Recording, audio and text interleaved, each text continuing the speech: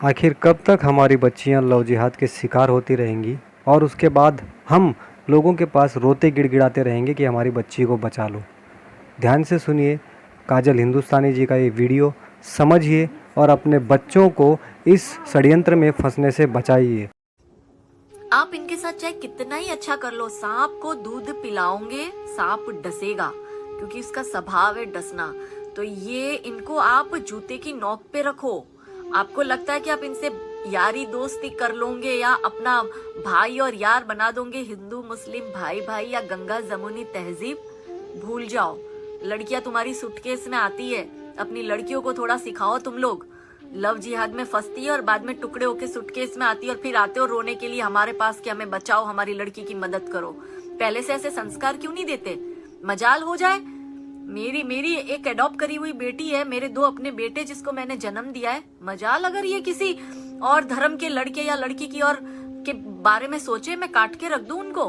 मालूम है ये हम लोग ये सिखाते नहीं, और हमने भी ऐसा नहीं किया क्योंकि हमारी परवरिश ऐसी हुई है।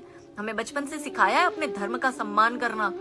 ये किस तरह के तुम अपनी लड़कियों को इतनी छूट छाट दे देते हो कि तुम्हारी लड़कियां खुलेआम मुस्लिम लड़कों के साथ दोस्ती करती है, मुस्लिम लड़कों के साथ शादी करती है और फिर आके रोती है कि हमारे साथ ये हुआ, हमारे साथ वो किया और अब हमें बचाओ। फिर आते हो तुम हमारे पास में।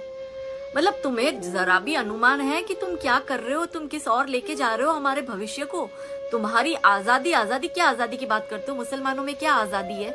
उनकी औरतें जूते की पैरों की जूती की नोक पे रहती है, बुरखे में जिंदगी पूरी गुजार देती है। आजादी नहीं होती उनको अपने हिसाब से कुछ बोलने करने की। वो अलग बात है कि कुछ मियाँ खलीफा जैसी मुस्लिम औरतें हैं जो थोड़ी बहुत कुछ ज्यादा ही फ्रीडम का फायदा उठा रही है। तो इनको पूछो, इनकी ये जिस मियाँ खलीफा को सपोर्ट कर रहे हैं, इनकी बहन बेटियों को मियाँ खलीफा बनाने के लिए रेडी है ये मुसलमान। ये आपके पास में होगा ना तो ये आपकी लड़की को भी बहन बनाकर, ये आपने जोधपुर वाली घटना देखी है वहां की, राजस्थान की, धर्म भाई बना था उसका और उसी लड़की को भगा के ले गया। देखा ना आपने? क्योंकि ये तो जब अपनी सगी बहन को नहीं छोड़ते, आप उनको भाई बना रहे हो और अपने घर में ले आ रहे हो और अपनी बेटियों के साथ उठने बैठने दे रहे हो। तुम्हें शर्म नहीं है बिल्कुल? तुम्हें पता नहीं है इनका इतिहास? तुमको मालूम नहीं है ये कैसे? लोग क्यों घर में कुत्ता पालते हैं या क्यों गाय को पालते हैं? लोग क्यों नहीं सांप पालते? लोग क्यों नहीं बिच्छू पालते? क्योंकि इनका स्वभाव है डंक मारना। ये होते हैं जहरीले। लेकिन कुत्ता पालो, कुछ भी पालो, सुअर भी पाल लो, लेकिन इन हराम खोरों को मत पालो। इनको बिस्किटें मत डालो, इनको खून वून मत दो।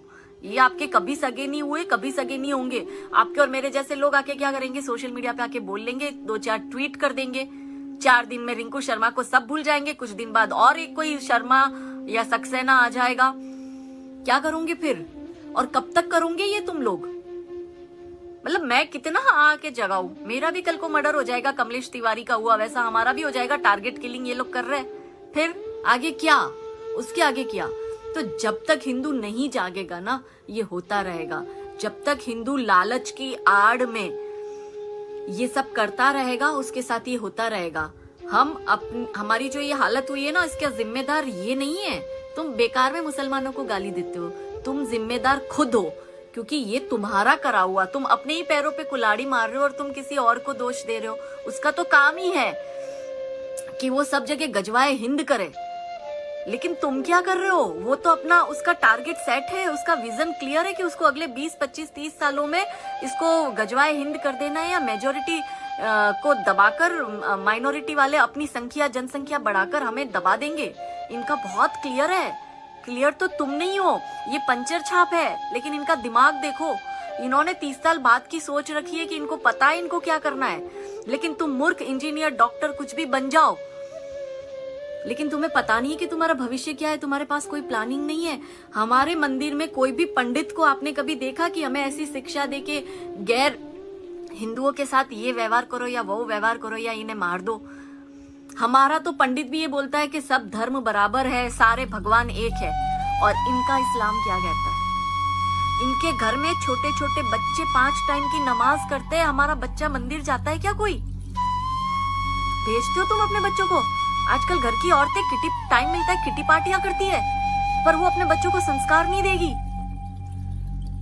मतलब अगर ये है ना, ये जो भी हो रहा है ना, ये माँ बाप जो अपने बच्चों को संस्कार देते हैं वो इतने व्यस्त हो गए अपने जीवन में, अपनी लाइफ में, कि वो खुद तो अपना पतन कर रहे हैं, आने वाले भविष्य का भी पतन कर रहे हैं। और आपके और मेरे जैसे लोग कुछ उनके हिस्से की लड़ाई लड़ रहे, तो हम जैसों को कमलेश तिवारी या रिंकू शर्मा की तरह मार दिया जाएगा। आज नहीं तो कल उसका नंबर था, कल को मेरा भी आ सकता है, आपका भी आ सकता है। तो मैं सिर्फ यही बात आपसे कहूंगी कि अभी भी समझ जाइए।